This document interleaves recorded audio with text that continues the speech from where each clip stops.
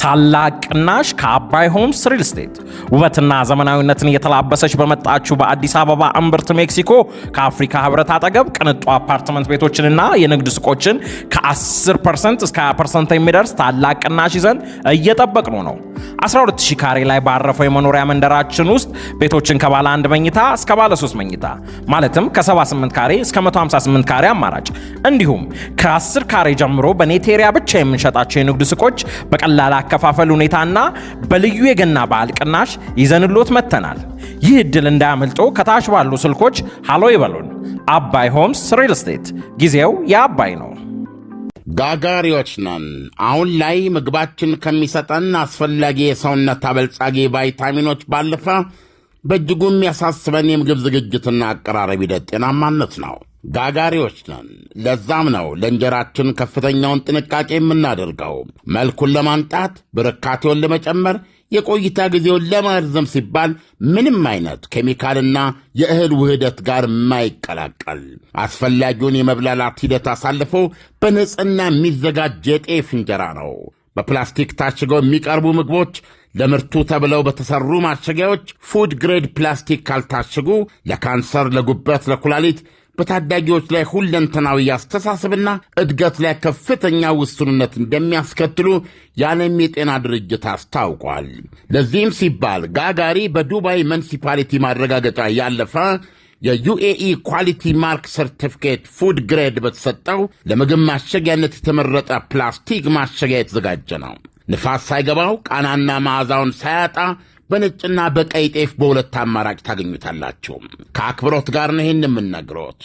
አዎ ያሻግታል፣ የጤናማ እንጀራ ባህሪው ስለሆነ። በማሸጊያው ላይ በግልጽ ከተቀመጠው ከ3 እስከ 4 ቀናት በላይ እንዳይጠቀሙ።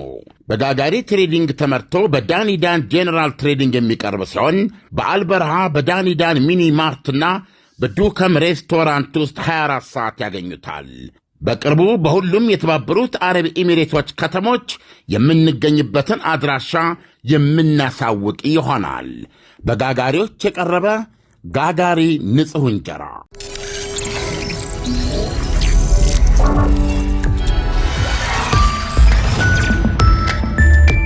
ይህ አዋዜ ሰበር ነው። የዋይት ሃውስ ቃል አቀባይ ካሮሊን ሊቪች ከኢራን ሁኔታ ጋር በተያያዘ ፕሬዚደንት ዶናልድ ትራምፕ የአየር ድብደባ መጠቀምን አሁንም ድረስ እያሰቡበት ነው ስትል አስታወቀች። ከጥቂት ሰዓታት በፊት ለጋዜጠኞች በሰጠችው መግለጫ ቃል አቀባዩ ስትናገር ፕሬዚደንት ትራምፕ በጣም ጥሩ የሆነበት አንድ ነገር ቢኖር ያላቸውን አማራጮች ሁሉ ጠረጴዛው ላይ መዘርገፋቸው ነው ብላለች። በዚህም መሠረት ካሏቸው ብዙ አማራጮች መካከል የአየር ድብደባ አንዱ ነው ብላለች። ፕሬዚደንቱ ለዲፕሎማሲ ሁሌም ቅድሚያ የሚሰጡት ምርጫቸው ቢሆንም የአሜሪካንን ጉልበትና ገዳይ ኃይል ለመጠቀም አስፈላጊ ሆኖ ባገኙት ጊዜ የማይፈሩ የማይችሩ ሰው ናቸው ብላለች። ይህንን ማንነታቸውን ደግሞ ከኢራኖች የበለጠ ማንም አያውቀውም ስትል አክላለች። ትራምፕ ባለፈው ክረምት 3 የኢራን የኒውክሌር ማብለያዎችና የዩራኒየም ማበልጸጊያ ማዕከላትን በጦር ጀቶቻቸው ማስደብደባቸው አይዘነጋም። የኢራኑ መንፈሳዊ መሪ ዛሬ ጠዋት የድል አድራጊነት መልእክት ማስተላለፋቸውን በተመለከተ ተጠይቃ ስትመለስ ቃል አቀባዩም ከኢራን አገዛዝ በአደባባይ የምትሰሙት የትራምፕ አስተዳደር ደግሞ በግል ከሚደርሱት መልእክቶች ጋር ሰማይና ምድር ናቸው ብላለች። ይህንንም ስታጠናክር ከፕሬዚደንት ትራምፕ ልዩ መልእክተኛ ስቲቭ ዊትኮፍ ጋር የተነጋገረ የኢራን ባለሥልጣን ለአሜሪካ የገለጸውና በአደባባይ ከሚያሰሙት ቀረርቶ ጋር እጅግ ሐራምባና ቆቦ የሆነ ነው ብላለች። ትራምፕ በገዛ ቃላቸው የተነሳ አጣብቅኝ ውስጥ መግባታቸውም ይነገራል። ዓለም ዶናልድ ትራምፕ ኢራን ምልጃ እንደጠየቀች ተናግረው ነበር እና አሁን ደግሞ መልሶ ወደዚህ አይነት ነገር ውስጥ በምን ቅስፈት ተደረሰ? ያልተስማሙበት ነገር ሳለ ወይ? አጣብቂኝ ውስጥ ደግሞ ከምን የተነሳ ነው? ከኢራን የሚወጡት መግለጫዎች እውነቱን ለመናገር የተለያዩ 3-4 ባለሥልጣኖች በቀን ውስጥ ይናገራሉ። ለጦርነት ተዘጋጅተናል የሚለው ይበልጣል። ለድርድር ክፍት ነን የሚል መልእክት አለ። ነገር ግን ኢቨን አሁን ቃል አቀባዩ የምጠቅሳቸው የኢራን ባለሥልጣን ውጭ ጉዳይ ሚኒስትር አርጋቺ ናቸው ከፕሬዚደንት ዶናልድ ትራምፕ ልዩ መልእክተኛ ስቲቭ ዊትኮፍ ጋር ደውለው የተነጋገሩት ከትናንት በስቲያ። ይሄ እንግዲህ በአሜሪካ አቆጣጠርና በእኛ አትሊስት በዋሽንግተን የ8 ሰዓት ልዩነት ስላለ አንዳንዴ እነሱ ቅዳሜ ምሽት የሚሉት በእኛ ወደ እሁድ ንጋት አካባቢ ነው የሚሆነው። ስለዚህ በዛ መልእክታቸው ምንድነው የተላለፈውን መልእክት እንደሰማው ቃል አቀባዩ ያለችው የኢራኑ መንፈሳዊ መሪ ዛሬ ጠዋት ላይ የድል አድራጊነት ድል አድርገናል የሚል መልእክት ነው ያስተላለፉት። የዚህም ምክንያታቸው በሀገሪቱ ውስጥ ዛሬ የድጋፍ ሰልፍ ተካሂዷል እና የነበረውን የተቃውሞ ሰልፍ እየተበተነ ተዳክሞ በምትኩ ኢራናውያን ለመንግስት ያላቸውን ድጋፍ እየገለጹ ነው የሚል ነው።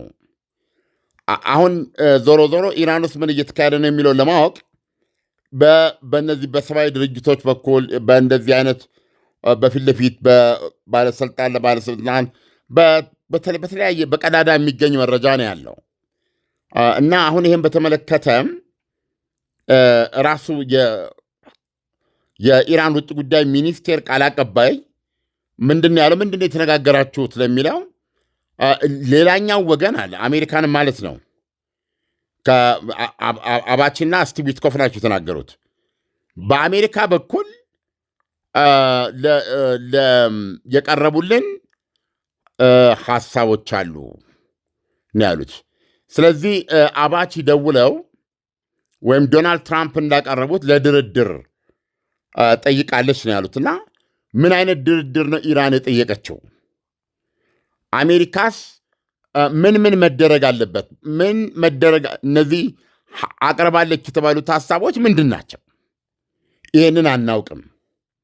ስለዚህ ይሄ ነው ዋናው ነገርና የኢራኑ መንፈሳዊ መሪ ድል አድርገናል የሚሉት ይሄ ነው። ነገር ግን አሁን በሰበር የሚመጡ መረጃዎች ከፍተኛ የሆነ የተቃውሞ ሰልፉን በኃይል የማኮላሸት እርምጃ ወስደዋል ነው እና የሙታኑ ቁጥር እነዚህ ሰብአዊ ድርጅቶች ከ650 ያላነሰ ነው የሚል ነው የመጣው። እንግዲህ ከዛሬ ቀን ውስጥ የዋለው ከ500 የሚል ነበር። አሁን ደግሞ በ150 ጨምሮ ነው የሚታየው። ቢቢሲ በግል 180 በነጭ ጨርቅ የተጠቀለሉ አስክሬኖች ቆጥሬ ያለው ብሏል።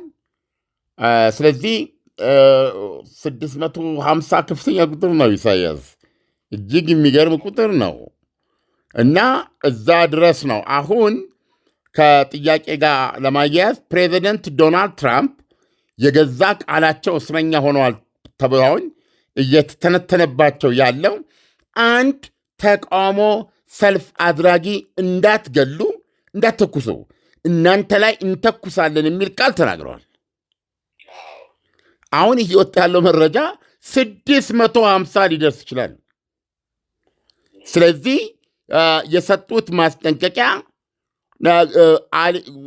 አልተደመጠም፣ አልተሰማም፣ አልተከበረም ማለት ነው። አያ አሁን ከዚህ በፊት ቃልህን በተግባርህ ካላገዝከው ተፈሪነትም ሆነ ተከባሪነት አታገኝም። አሁን ባለፈው ስንነጋገር የነበረው ምንድን ነው? ኢራን ላይ ዝተው ነበረ። ኢራንን ደበደቡ፣ የኒውክሌር ማብላያዎቹን አወደሙ። ከዛ በኋላ ከቬንዙዌላ ጋር የነበረው ሁኔታ የጦር መርከብ አሉ አስከበቡ፣ ባህሩን አዘጉ፣ ሰማዩን አዘጉ። የመጣ አልነበረም ለብዙ ጊዜ። ስለዚህ የዓለም ዜና እንኳ በተበጣጠሰ መልክ ነበረ የሚዘግበው። ነገር ግን አደረጉት። ማድረግ ብቻ ሳይሆን በሚገርም ሁኔታ ከዚህ በፊት ሆኖ አላውቅም። አውቃለሁ የፓናማ ጀነራል ማኑኤል አንቶኒዮ ኖሬጋ በዚህ መንገድ ተይዘው አሜሪካ መምጣታቸውን አውቃለሁ። ነገር ግን ፓናማ ከቬንዙዌላ በጣም የተለየች ነች። ከፍተኛ የቻይናና የራሽያ ስሪት የሆኑ መሳሪያዎች በቢሊዮን ዶላሮች የፈሰሰባት ጦሩ የተለያየ መሳሪያ የታጠቀባት በአገር ናት ቬንዙዌላ። ስለዚህ በዚህ ደረጃ ካለች ሀገር ውስጥ መሪውን ከ2 ሰዓት ባነሰ ዘመቻ አንድ የአሜሪካ ወታደር ሳይሞት አንድ ጢያራ ከ150 ጢያራ አንዱ ተመቶ ሳይወድቅ በፕሬዚደንት ዙሪያ የነበረ ከመቶ ያላነሰ ሰው ተገድሎ የአሜሪካ የኩባ ቦዲጋርዶች አልቀው ፕሬዚደንቱ እጃቸው ተይዞ ለፍርድ ነው የቀረቡት። ይሄ በአይነቱ የተለየ ነው። ስለዚህ ይህንን አድርገዋል ፕሬዚደንቱ።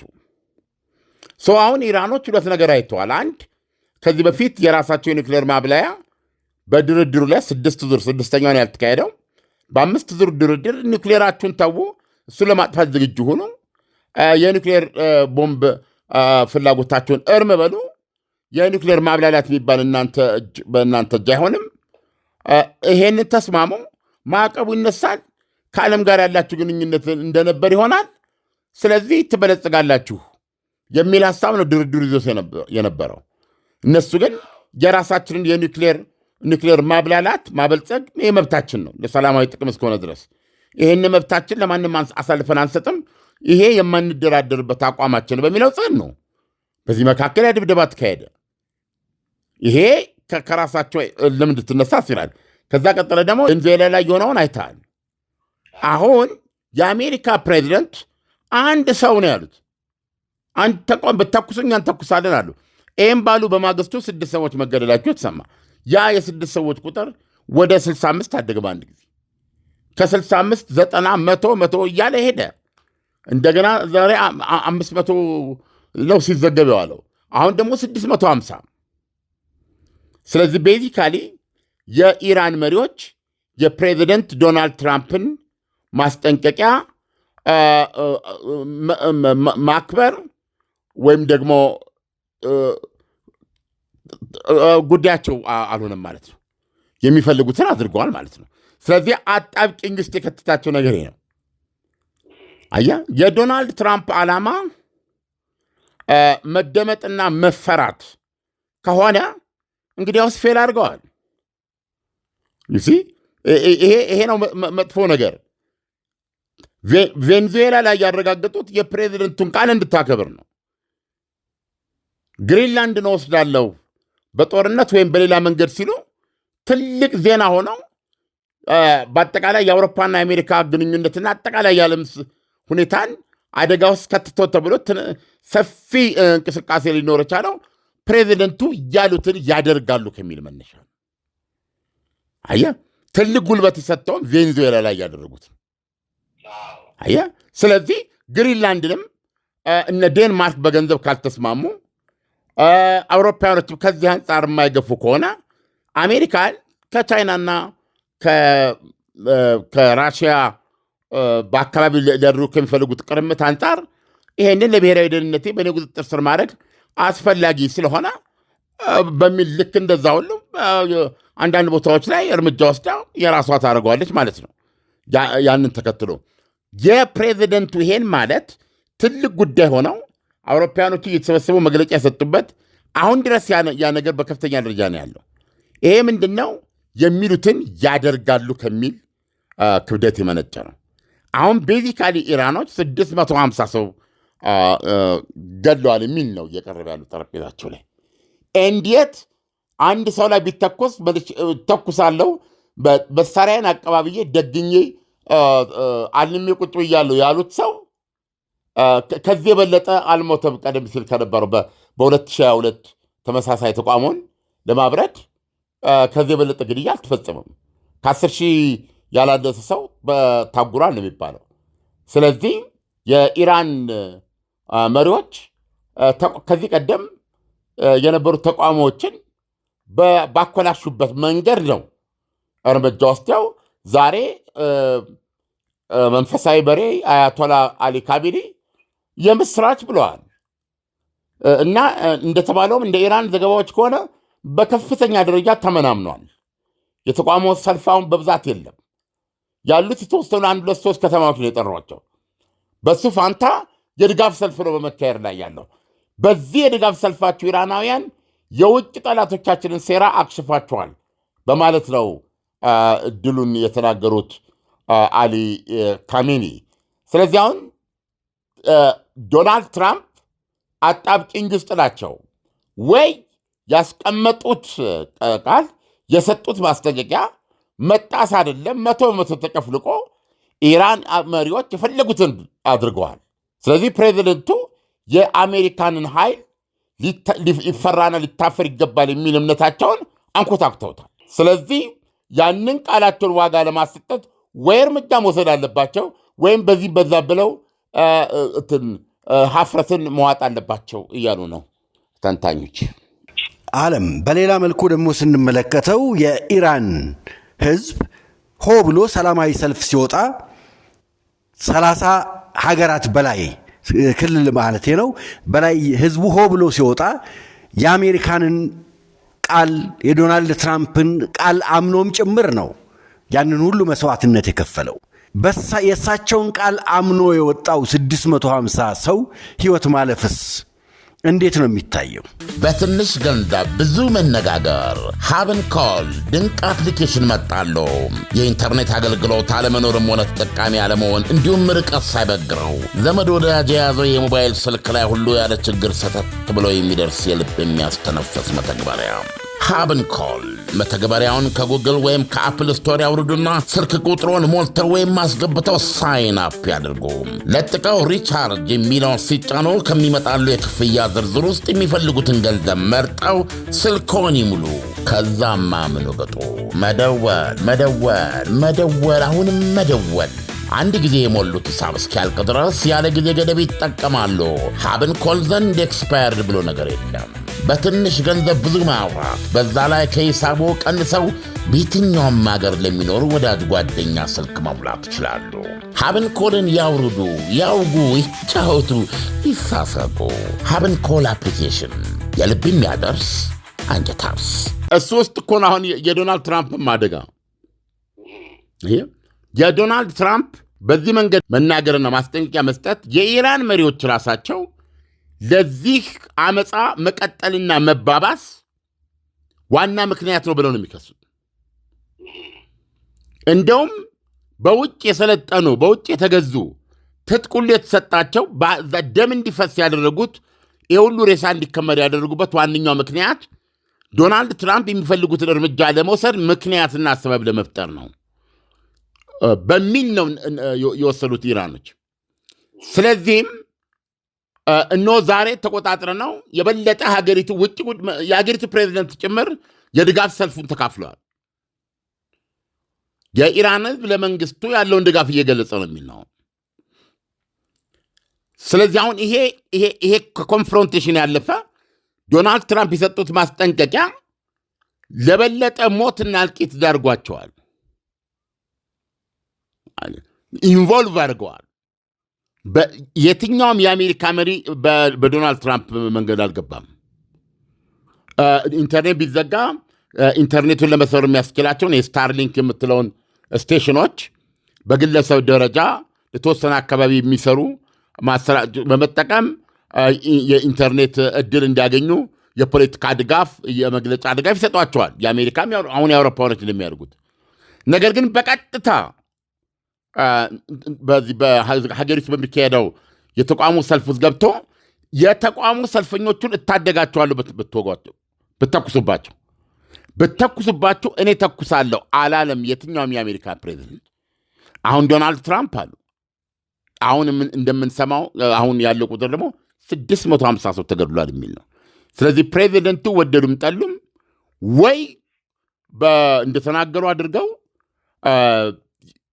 እርምጃ በመውሰድ የተቋሚዎቹ ጥያቄን በሌላ መንገድ እንዲሟላ ማስገደድ አለባቸው፣ ወይም በዛቱት መሰረት ቀይ መስመራቸው ስለጣሰ እርምጃ መውሰድ አለባቸው።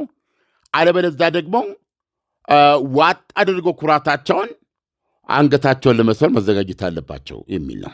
ዓለም በሌላ መልኩ ደግሞ ስንመለከተው የኢራን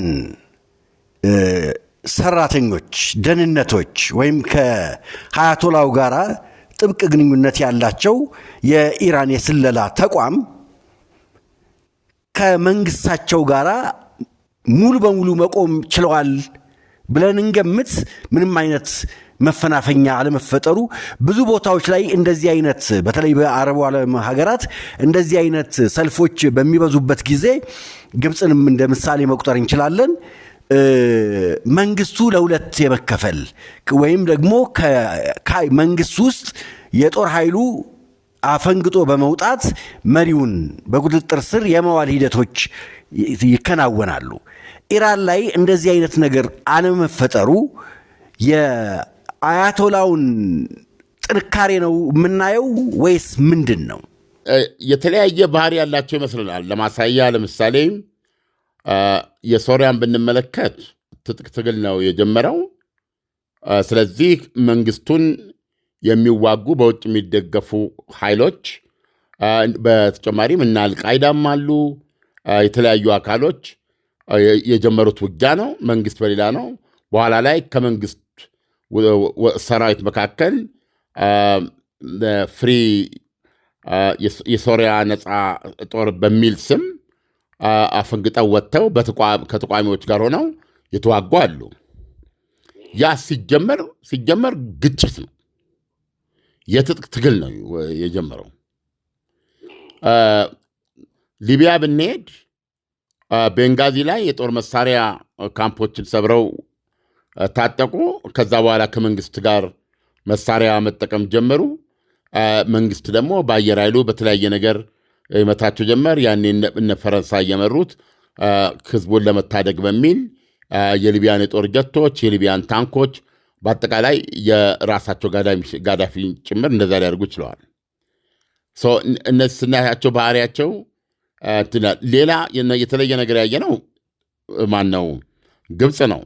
ግብፅ ላይ ያየነው ጦሩ እርምጃ አለመውሰዱ ነው እና ይሄም ተለይቶ አይደለም። ሆስኒ ሙባረክ እርምጃ ውሰድ እያሉት አልወስድም አላለም። በአጠቃላይ ምንድነው መጀመሪያ ላይ ጦሩ አለ፣ ህዝቡ ተቃውሞውን ያደርጋል። ሆስኒ ሙባረክም ለመፍታት በተለያየ መንገድ ሲያደርጉ የህዝቡ ጥያቄ እየጨመረ መጥቶ መጨረሻ ላይ ጫናው በርትቶባቸው ራሳቸውን ሊያሰናብቱ ችለዋል ከስልጣን። በእሳቸው ምትክ በወቅቱ የአገር ውስጥ ጉዳይ ሚኒስትር ዋቴቨር ተክተው ነበር። ከዛ በኋላ ነው ነገሮች አርሚው እርምጃ መውሰድ የጀመረው ማለት ነው። የኢራኖች ጋር መንግስቱ ጠንካራ ነው። የመጣበትም የገጠመውም ለምሳሌ በአረብ ጸደይ ጊዜ ነው። እነዚህን ሀገራት በሙሉ ያጥረገረገች ለውጥ የመጣው የአረብ ጸደይ በነገራችን ላይ ኢራኖችን አፌክት አላደርጋቸውም። እንደውም ኢራኖች ራሳቸው የአረብ ጸደይ የሚለውን ምዕራባውያን እንደዛ ብለው የሰየሙትን እነሱ ደግሞ እስላማዊ መነቃቃት ነው ያሉት። እስላማዊ መነቃቃት ብለው ቅስቀሳ ያደርጉ ነበር። እነሱ ደግሞ ይህንን እንቅስቃሴ በመጠቀም በራሷ በሳውዲ አረቢያ፣ በባህሬን አሁን እዛ ሌሎች ዝርዝሮች መግባት አያስፈልግም፣ በመሳሰሉ ቦታዎች ላይ እነሱ እስላማዊ መነቃቃት ያሉት ነገር እንዲካሄድ ድጋፍ እየሰጡ ነበር። ኢራኖች የገጠማቸው ባለፈውም እንደሰራ ነው 3 ሜጀር ተቋሞች ገጥመዋቸዋል። አንዱ አህመዲ ነጃድ ፕሬዚደንት በነበሩ ጊዜ 2 ስልጣን ዘመን ያገለገሉት የሁለተኛ የስልጣን ዘመናቸው በ2009 ማለት ነው። የሁለተኛ የስልጣን ዘመናቸውን ያሸነፉት ኢራን የራሷ ምርጫ አላት ታውቃለህ። ፕሬዚደንቷን በዲሞክራሲያዊ መንገድ ነው የምትመርጠው ወታ። በዛን ጊዜ ግን ሰውየው የተመረጠ ለሁለተኛ ጊዜ በተጭበረበረ መንገድ ነው በሚል የበረታ ተቋሙ ነበረ። ያን ጊዜም እርምጃዎች ወስደዋል። ከዛ በኋላ በ2022 በዛች ልጅ አይነ ርግብ አላደረግሽም በሚል በተነሳው እንደዚሁ በጣም የተፋፋመ ከባዱ ተቋሞ ነበረ። የአገዛዙን ስር የነካ ነው የሚባለው። ያንን ተቋሞም በመቶዎች የሚቆጠሩ ሰዎች ሞተው ነው የቆመው። የሴኩሪቲ ኃይሎች በመቶዎች የሚቆጠሩትን ገድለው አሁን የደረሰበትን ያክል 10,000 ገደማ በቁጥጥር ስራ ውለው ነው ጠቅላላ የተኮላሸው ማለት ነው። የአሁኑ የመጣው የኢኮኖሚ ጥያቄ ነው። ኑሮ ለመኖር አልቻልንም ነው። ኢኮኖሚ ወደቀ፣ ገንዘብ ወደቀ፣ ሁሉ ነገር ወደቀ። የዕለት ህይወትን የዕለት ጉርስ መቀጠል የማይቻልበት ደረጃ የሚል ይሄ የኢራን ባለሥልጣኖች እውቅና የሰጡት ነው። ስለዚህ ይሄኛው ሁለቱን ያለፉትን ስታይ የፖለቲካ ለምሳሌ በአህመዲነጃድ በተጨበረበረ መንገድ ተመረጡ ማለት የሀገራቸውን የምርጫ ፖለቲካ ትክክለኛ ለማድረግ ከመፈለግ ነው። የሁለተኛውን ደግሞ የሴቶች መብት የሴቶች ነፃነት እና ኮንሰርቫቲቭ የሆነውን ነገር በማውገዝ ሴቶች እኩልነትና ነፃነታቸው አልተከበረም፣ መከበር አለበት የሚል እንቅስቃሴ ነው። ይሄኛው ግን እነዚህ ሁለቱን ያለፉትን ስታይ እንደ ቅንጦት የሚቆጠሩ ናቸው እና እንደውም የተባለው አሁን በአሁኑ ሰዓት ለምሳሌ እየተካሄደ ባለበት ሰዓት አይተህ ከሆነ በኢንተርኔት ፀጉራቸውን ፈታው ነው የምታያቸው አይደል? በዚህ ቴሌቪዥን ሰልፉ ላይ ፀጉራቸውን ፈታው እንደፈለጉ ለብሰው ነው የምታየው። ቤዚካሊ አሁን ይህን ጉዳይ ማድረግ አቁመዋል የኢራን መሪዎች። ስለዚህ የመጀመሪያውና የሁለተኛው ለኢራን መሪዎች ለስልጣናቸው ለስርወ መንግስታቸው ስጋት አልነበረም። ይሄኛው ግን መብላት ያቃተን ነው። ይሄኛው ደካማው ዝቅተኛው ክፍል ብቻ ሳይሆን የላይኛውና መካከለኛው የሚባለው ክፍል ጭምር መሰረታዊ ፍጆታዎች አንደኛ የማይቀርቡበት ሁኔታ ቢቀርቡም ዋጋው ከ50 በመቶ በላይ ሄዷል ንሯል የሚል ነው። ስለዚህ ይሄን ደግሞ የሀገሪቱ ፕሬዚደንት ፔዜሽኪያን በባለሱቆች ነው የተጀመረው እና ይሄን ጥያቄያችን ይሄን ችግር አት ኤኒ ኮስት እንፈታለን መፍታት አለብን በሚል ተቀብለውታል። አየህ፣ ስለዚህ አሁን ይሄኛው የሰልፉ ባህሪ የተቋሙ ባህሪ ራሱ ከሀገሪቱ ገንዘብ መውደቅ በተነሳ ከኢኮኖሚ ጋር በተነሳ የወጣ ህዝብ ነው። ይሄ አየህ፣ የፖለቲካ ጥያቄዎች አይደለም አሁን ያወጣው መሰረት የሆነ ነገር ነው ያወጣው። አንዱ የተለየ የሚያደርገው ይህንን ነው። ሁለተኛ እዚህ ነው የተለየ የሚያደርገው ብሶታቸውን እየገለጡ ነው። በተቋሙ ሀሳባቸውን ይገልጻሉ። እንዳትተኩሱባቸው ብተኩሱ ተኩሳለሁ ብለው የዩናይትድ ስቴትስ አሜሪካ ፕሬዚደንት ጉዳይ ውስጥ ራሳቸውን አስገብተው እነዚህ ሁለቱ ነገሮች የተለየ አድርጉ። አሁን ኢራኖች በተመሳሳይ መንገድ ተቆጣጥረነዋል የሚል ዜና ነው የሚሰጡት። የለም ሌላው ዓለም ደግሞ ለራስ ሊቢል ኢንተርኔት ዘግተዋል፣ ሌላው የምናረጋግጥበት መንገድ የለም። ስለዚህ ሁሉ ነገር በእነሱ ቁጥጥር ስር ሆኖ እየሰማን ያለ ነው የሚል ነገር አለ። ነገር ግን የሰብአዊ መብት ድርጅቶች 650 ሰው ደርሷል ብለው ተናግረዋል። ዶናልድ ትራምፕ ራሳቸውን እዚህ ውስጥ አስገብተዋል። ቬንዙዌላ ላይ ያንን እርምጃ በወሰዱ በሳምንታት ልዩነት እዚህ ቦታ ላይ ማስጠንቀቂያ ሰጥተዋል። እዚህ ቦታ ላይ አልተደመጡም ዶናልድ ትራምፕ እና በሰጡትም ቃል አልታደጓቸውም ተቃዋሚ ሰልፈኞችን። 650 አልቀዋል የሚል ነው። ስለዚህ አሁን ያላቸው ምርጫ ወይ ቃላቸውን ወደ ተግባር መለወጥ፣ አለበለዛ አምነው ኩራታቸውን ውጠው ሀፍረታቸውን መቀበል ነው የሚል ነው ያለው ሁኔታ። ይሳያል ዓለም እንግዲህ ዶናልድ ትራምፕ አሁን አንተ ባስቀመጥከው መልኩ የሞቱትን ደም ለመመለስ የሳቡትን ቃታ ይተኩሳሉ ወይስ በዝምታ ይሄዳሉ? ይሄንን ዜና እየተከታተል እናቀርባለን። ለዛሬ ላቀረብከው ትንታኔ ከወዲሁ አመሰግናለሁ። መልካም አዳር ይሆንልህ። መልካም አዳር ኢሳያስ። ታላቅ ቅናሽ ከአባይ ሆምስ ሪል ስቴት ውበትና ዘመናዊነትን እየተላበሰች በመጣችው በአዲስ አበባ እምብርት ሜክሲኮ ከአፍሪካ ህብረት አጠገብ ቅንጡ አፓርትመንት ቤቶችንና የንግድ ሱቆችን ከ10% እስከ 20% የሚደርስ ታላቅ ቅናሽ ይዘን እየጠበቅኑ ነው። 12000 ካሬ ላይ ባረፈው የመኖሪያ መንደራችን ውስጥ ቤቶችን ከባለ 1 መኝታ እስከ ባለ 3 መኝታ ማለትም ከ78 ካሬ እስከ 158 ካሬ አማራጭ እንዲሁም ከ10 ካሬ ጀምሮ በኔቴሪያ ብቻ የምንሸጣቸው የንግድ ሱቆች በቀላል አከፋፈል ሁኔታና በልዩ የገና በዓል ቅናሽ ይዘንሎት መተናል። ይህ ዕድል እንዳያመልጦ ከታች ባሉ ስልኮች ሃሎ ይበሉን። አባይ ሆምስ ሪል ስቴት፣ ጊዜው የአባይ ነው። ጋጋሪዎች ነን። አሁን ላይ ምግባችን ከሚሰጠን አስፈላጊ የሰውነት አበልጻጊ ቫይታሚኖች ባለፈ በእጅጉ የሚያሳስበን የምግብ ዝግጅትና አቀራረብ ሂደት ጤናማነት ነው። ጋጋሪዎች ነን። ለዛም ነው ለእንጀራችን ከፍተኛውን ጥንቃቄ የምናደርገው። መልኩን ለማንጣት፣ ብርካቴውን ለመጨመር፣ የቆይታ ጊዜውን ለማርዘም ሲባል ምንም አይነት ኬሚካልና የእህል ውህደት ጋር የማይቀላቀል አስፈላጊውን የመብላላት ሂደት አሳልፎ በንጽህና የሚዘጋጅ የጤፍ እንጀራ ነው።